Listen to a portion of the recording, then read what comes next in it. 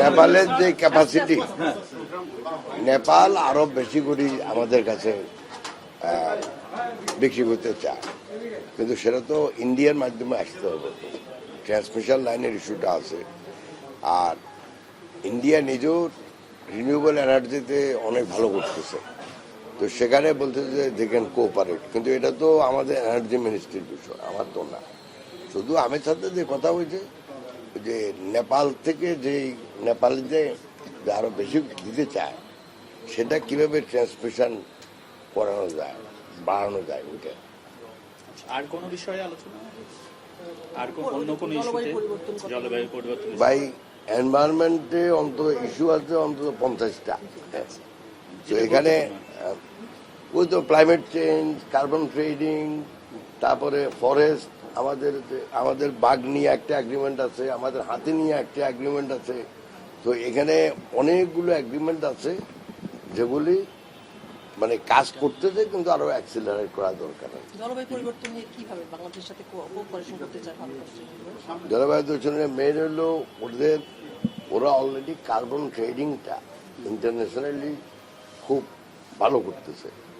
আমরা এখনো ফ্রেমওয়ার্কও ঠিকমতো করতে পারি না। তো যদি ওদেরটা আমরা ফলো করতে পারি, যেমন একটা কথা বলতে দরকার হলে আমরা যদি কোনো একটা ডেলিগেশন পাঠাই, ওদেরকে ভালো করি, তারা বলে দিবে কিভাবে এই ফ্রেমওয়ার্কটা করা যায়, ট্রেডিং শুরু করা যায়, এগুলি। বিগক্যাটের সদস্য হতে বলেছে। ভারত কার্বন নিঃসরণের ক্ষেত্রে সবচেয়ে বড় একটি দেশ, এবং এর কারণে আমরা মূলত আমাদের মতো দেশগুলো ক্ষতিগ্রস্ত হচ্ছে। সেক্ষেত্রে তাদের কাছ থেকে লস এন্ড ড্যামেজ, অর্থাৎ ক্ষয়ক্ষতির বিষয়ে কোনো অর্থ সহায়তার বিষয়টা নিয়ে আলোচনা হয়েছে না, আমরা জানি কি ক্ষতি করতেছে। পানির একটা ইস্যু আছে, কিন্তু বায়ু দূষণের কতটুকু ওদের থেকে আসে এটা তো আমরা এখনো ডিটারমাইন করতে পারি না। আমাদের বলা আছে যে আমাদের যত বায়ু দূষণ হয় তার অ্যাবাউট 30% বহিরাগত। তো বহিরাগত আপনার মিয়ানমার আছে, বহিরাগত আপনার আবার এর দিনে ওই যে বৃষ্টির দিনে তো সাগর থেকেও হাওয়া আছে। যে এগুলি তো ডিটারমিনেশন হয় না, এগুলি তো এমনি কথা বলা যায় না।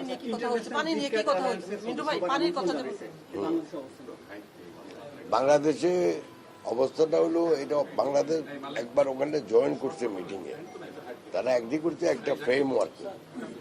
ওই ফ্রেমওয়ার্কের ভিতরে আমরা বোধহয় এখনো সাইন করিনি। আবার নেক্সট মিটিং আসতেছে জুন মাসে, ওটা দাওয়াত দিয়ে গেছে। বাংলাদেশে অলরেডি যুক্ত হওয়াই, কাগজপত্র না সাইন করে না, অলরেডি তো 2 মিটিংয়ে গেছে।